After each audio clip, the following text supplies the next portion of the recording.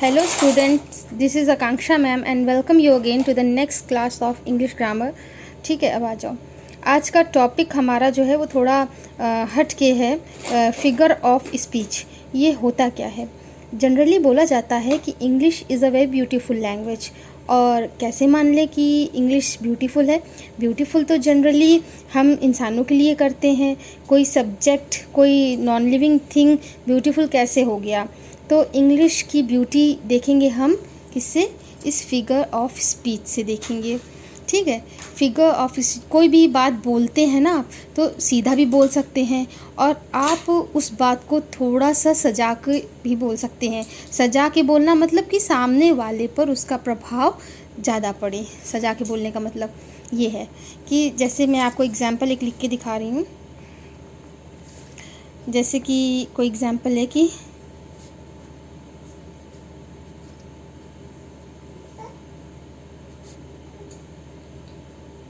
He fought bravely, कि वो बहुत ही बहादुरी से लड़ा। ठीक है, और इसके बाद हम लिख रहे हैं कि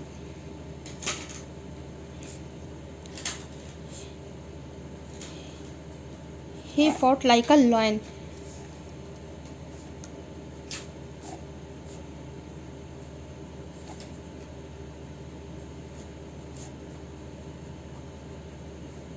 ओके, तो यहाँ पर मैंने 3 सेंटेंस लिखे।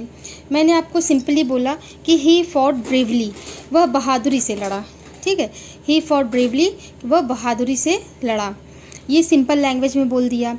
लैंग्वेज एक ऐसी चीज़ है ना कि जो जितना ज़्यादा सजा के बोलोगे उतना ज़्यादा असरदार और दमदार होगा, सामने वाले पे इफ़ेक्ट ज़्यादा होगा। ठीक है, तो कोई चीज़ ऐसी होती है ना कि सामने वाले का कभी कभी ऐसी चीज़ होती है कि सामने वाले का मूड जो है वो आप अपनी लैंग्वेज से चेंज कर देते हैं।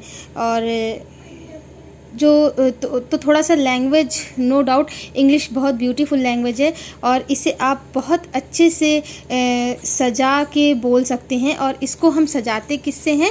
फिगर ऑफ स्पीच से हम लोग इस चीज़ को सजाते हैं। इसके बाद जैसा कि पहले सेंटेंस में बोला ही फॉट ब्रेवली, तो ये थोड़ा सा सिंपल था।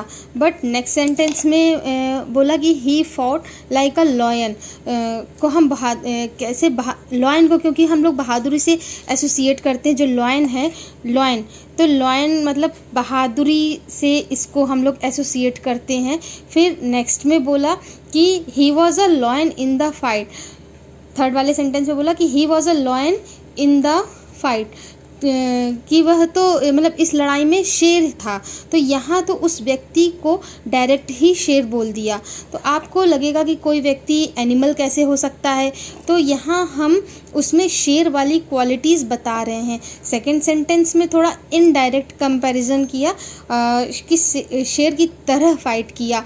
और थर्ड सेंटेंस में ब्यूटीफुल और भी ब्यूटीफुल बनाने के लिए और भी असरदार बनाने के लिए कहा कि अरे वो तो इस लड़ाई में वो तो शेर था, वह शेर है, मतलब कि शेर की तरह बहादुरी से लड़ा। तो इसी तरह से हम अपनी लैंग्वेज को डेकोरेट करते हैं ताकि सामने वाले पर ज़्यादा इफ़ेक्ट पड़े।